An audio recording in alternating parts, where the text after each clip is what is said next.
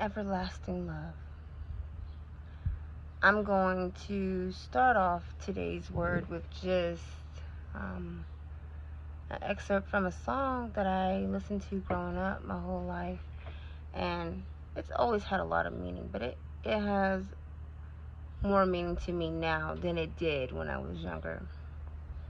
And it's by CeCe Winans. It's one of her songs, but I'm going to read it as a poem.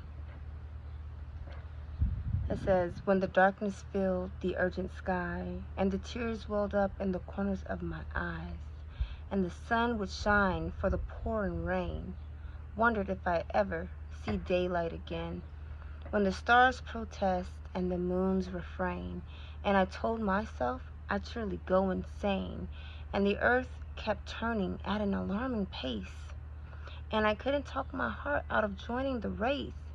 I remember a time I couldn't close my eyes.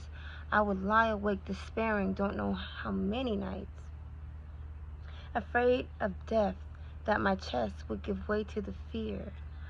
I pulled the covers over my head and I cupped my ears, an attempt to escape the deafening sounds of silence, an attempt to escape these constant visions of violence.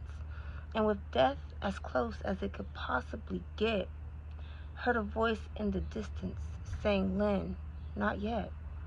Then suddenly the darkness gave way to the light, and I threw off the covers as I closed my eyes, just in time to feel your spirit grip my body like a glove. And I knew in that moment that it was your everlasting love. Know that the peace that you dream of is the same everlasting love. I really, really, really resonate with that song. It's just we look for peace in so many different areas, and we as a collective, we go through so much in this daily walk because we have so many lessons to pass. We find ourselves repeating cycles. It feels like a lot of times we end up in this loop, you know. It's just like the same thing every single day, every single week, every single month, every single year, you know. It's like you get up, you eat, you go to work, you know, you have your home life, you sleep, repeat, and it's just like you get lost in the sauce because we aren't looking at the picture as clearly as we need to. We don't have the clarity, we don't have the focus, we don't have the knowledge on what we're really supposed to be doing here. Like, what are we here for? What is the point of all of this? What is the purpose? Like, I remember just feeling lost, you know, just that lost feeling. Don't know what I'm supposed to be here for. I'm just bored with my life. I'm bored with the mundane. I'm tired of repeating cycle after cycle after cycle. And then I had to take a minute to just take a step back and to just really focus on my purpose. And when I took that time to focus on my purpose, I'm still looking. Like, what's the point, you know? But going through this journey of self-discovery, I'm realizing more and more that it has to do with passing tests, you know, learning how to respond in love, learning when to walk away from things, just really catering to my temple, and really leaving an impact. You think about our ancestors and all the things that they've went through so that we can live in this moment right now.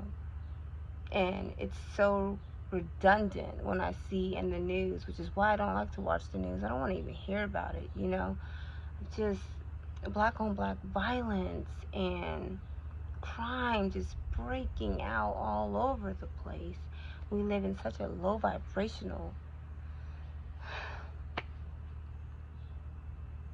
state that people, they don't see that it's about how we respond and how we react. That these are all just tests. And we go through so much darkness as a whole.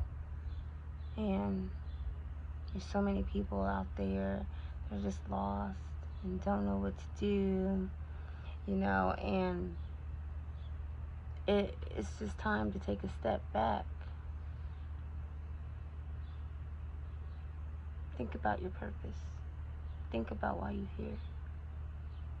And know that it's everlasting love that you dream of. It's operating from your heart space, because when you get up and you operate from your heart, how in the world can you be stuck?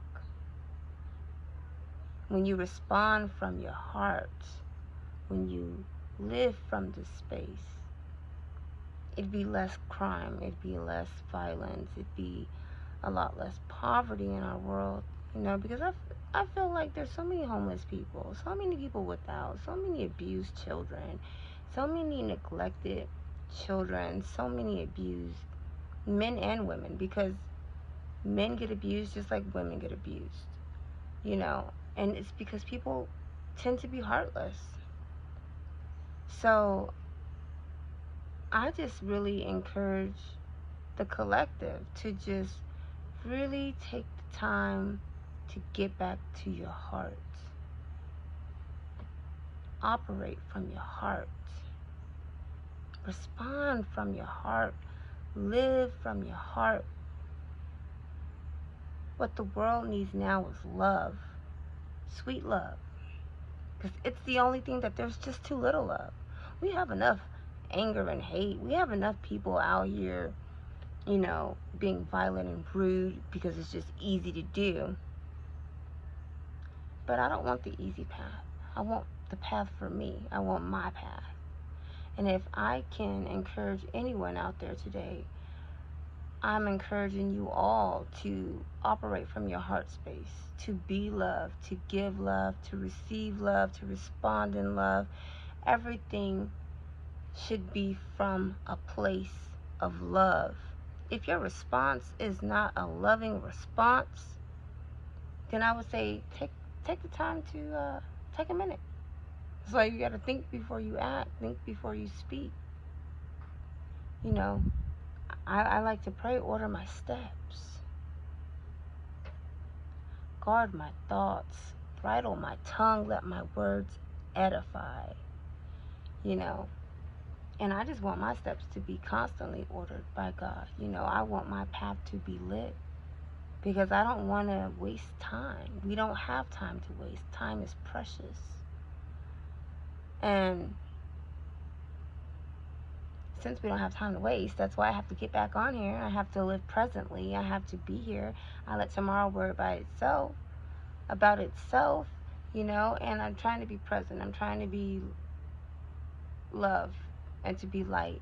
And every situation, sometimes you might have to defend yourself, but just do it from a place of love. Do it from your heart space. So that is my word for you all today, is to operate from your heart space. Be love. Be light.